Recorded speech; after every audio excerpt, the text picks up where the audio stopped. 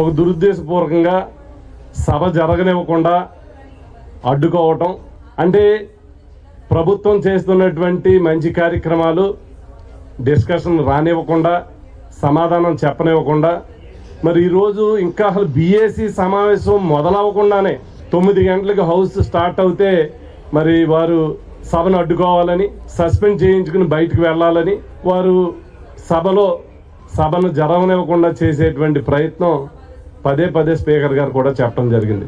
ముఖ్యమంత్రి గారు కానీ స్పీకర్ గారు కానీ ఇప్పుడు కూడా బీఎస్సీలో కూడా చెప్పడం జరిగింది.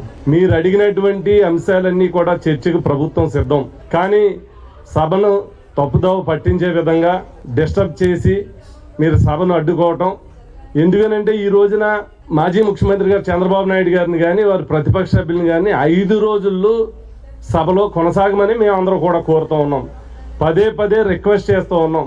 కానీ వారు ధైర్యంగా డిస్కస్ చేసేటువంటి పరిస్థితి వారి దగ్గర లేదు. ఉద్దేశం ఒకటి, ఏదో రకంగా సస్పెండ్ అవ్వాలా, బయటికి పోవాలా. ధైర్యంగా చర్చకు వచ్చేటువంటి పరిస్థితి ఈ సభలో కనిపించడం లేదు.